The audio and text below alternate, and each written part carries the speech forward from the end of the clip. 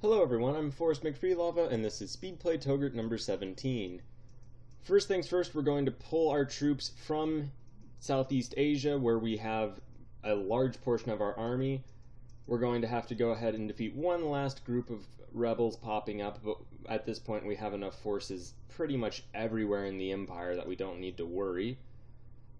We're going to go ahead and destroy those rebellions, accumulate our transports in the general area, and now we're just going to go on a series of just bold, flat-out imperial ventures to just hopefully secure the eastern coast of Africa and, well, at this point, the eastern interior.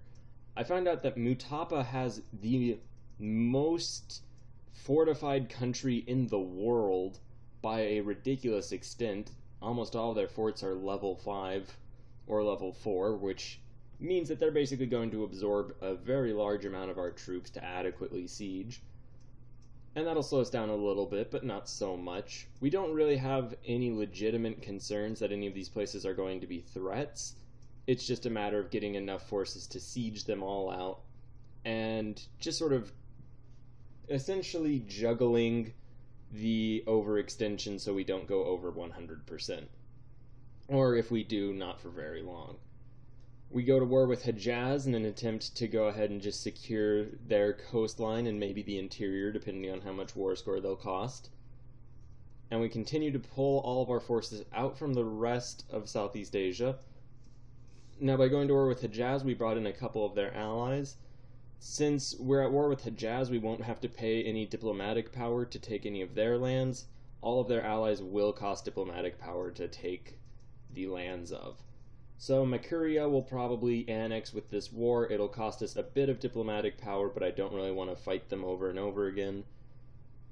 We go ahead and fight off Funge's rebels, and we're going to have to do that for the near future.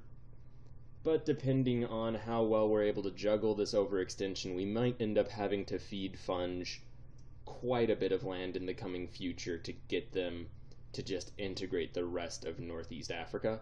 We do go ahead and directly annex Mutapa. They're just part of us now. We'll load this army into transports and carry them up north. The war against Hejaz is going fairly well. We don't really have to worry about all that much. They do get bold and attack us, and they did actually win one battle earlier, but we just have such an overwhelming superiority in numbers everywhere that we're fighting that it really just doesn't matter very much if we lose a battle or two. At this point, we're mainly just waiting for our truces to wear off with the European powers that we have been at war with, and since we're so close to the end of the campaign, I mainly do just want to get lands that will give us nice looking borders near the end. We get another rebellion, however our forces are all occupied, so we just build 2 new armies, and we'll just send those out to deal with the enemies. We go ahead and make a peace with the inland African area just because, quite frankly, they're not very important. I didn't even bother to remember their name. All we want to do is defeat Hejaz, take their lands, and when we do go into Central Africa, then we'll actually take their lands. But we don't want to spend all the extra diplomatic power to integrate them right now. We do that for one of the countries, though, as it's only 3 provinces. And with that all done, we've basically occupied all of Hejaz. Our cores have just finished, and we have a few more coming up. Ultimately, though, it shouldn't be too much of a concern. We did beat our rebellion, so we can bring those forces over back to Africa so we can press into the interior again. And as soon as this war with Hejaz is over, we'll go ahead and do that.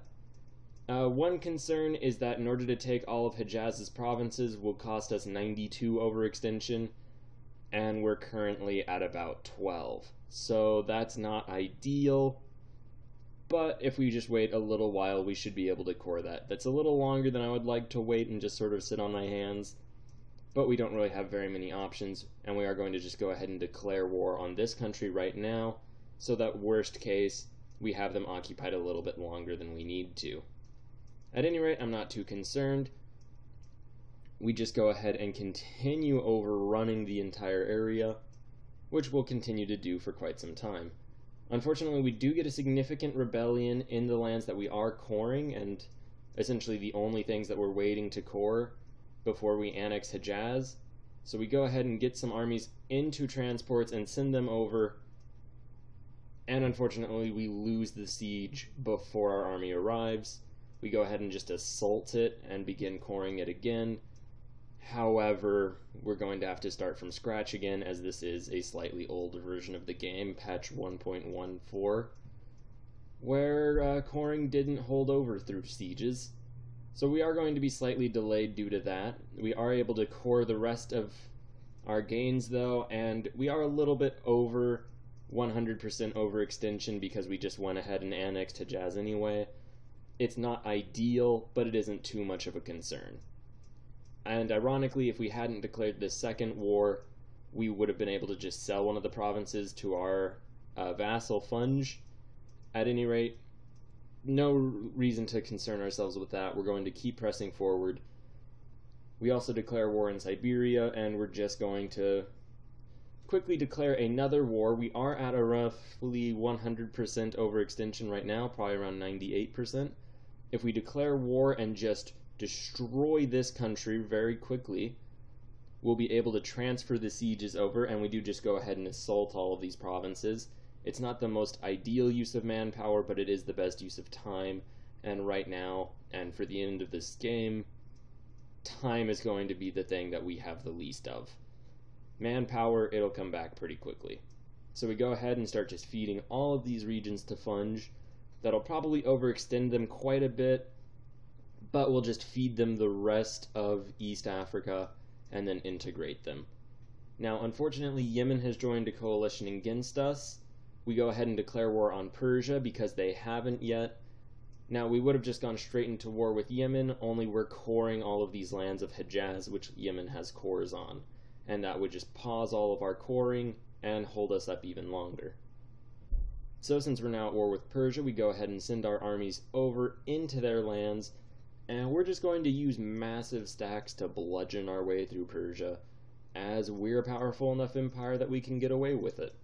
And quite frankly, since the limiting factor is going to just be from this point forever on, the amount of overextension we can take and potentially the admin points that we have to core, I'm not all that concerned.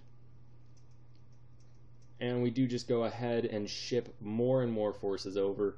We have an absurdly large force invading Persia right now, but it really couldn't be more useful anywhere else at this point, to be completely honest. We have enough transports that we don't have to worry too much about getting forces to really any point in our empire in anything resembling a hurry, as we'll just be able to do that at will. And this is where we need troops the most. So it's at this point that we're just absurdly powerful. We may end up having to deal with these rebels, but that's really it. There's essentially nothing until the coalition in Europe manages to get back on track that we need to worry about. Admittedly, we should probably conserve a bit of our manpower for that. However, we do still have the Ottomans that we can use to just bludgeon the Europeans away with. And our fleet will hold off the Spanish and anyone in Western Europe. So we've really got all of the bases covered at this point, which is really just fantastic news.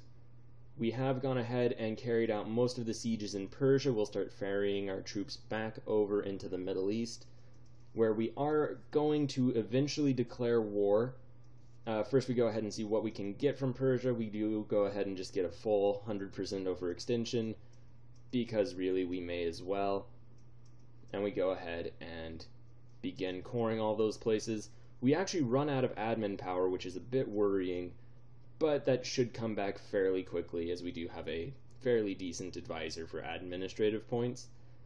We do go ahead and declare war on Ethiopia and Yemen, the coalition members. Notably, the Papal States and Austria are also in the coalition as well at this point. But with this all done, there's two reasons why we went ahead and immediately declared war. One is because Baluchistan hasn't yet joined the coalition, and two, because our truce has not yet ended with Spain or any of the Western allies, or Western colonial empires. So we basically had an opportunity to fight the weakest possible coalition, and of course we're going to take that. We go ahead and split our navy so that we get groups of 20 transports, as that's roughly the size of our armies, 20 regiments, and we go ahead and just start shipping them over rather piecemeal, but enough that we'll be able to win at least the Italian front. We'll leave the Austrians to the Ottomans or vice versa, and just deal with everything else. Since Ethiopia is the leader of this coalition war, since we declared war on them and not Austria, all we really have to do is hold the 3 Ethiopian provinces until their war extension gets war exhaustion, gets all the way up to 20, and then the war score will just immediately tick over to 100. That may have been patched out at a later point, but since we didn't quite manage to make this game update to the last patch, we get to play by the old rules, which works really well for us in this instance. Now all we'll end up doing is, since we've more or less got that figured out, maybe ship a few extra forces over, and from there, we do have a bit of rebellion, but we have so many men that it doesn't really matter. Obviously, we don't have the manpower to just thrust our forces into the Balkans and hope for the best against Austria, but the Papal State can be more or less easily taken care of. Our rebels shouldn't be too much of a concern, to the extent that we didn't even raise our autonomy in Persia. And we'll just go ahead, destroy that army, and set our forces up to hopefully win. We do manage to just finish coring most of the territories we took in Persia, and we are in a fairly good spot. Even taking all of Yemen, we won't be anywhere near the full 100% war score, so we might actually be able to get some really cheap lands in Europe in this war. At any rate, that's going to be next time. Thank you very much for watching. Please like, share, and subscribe.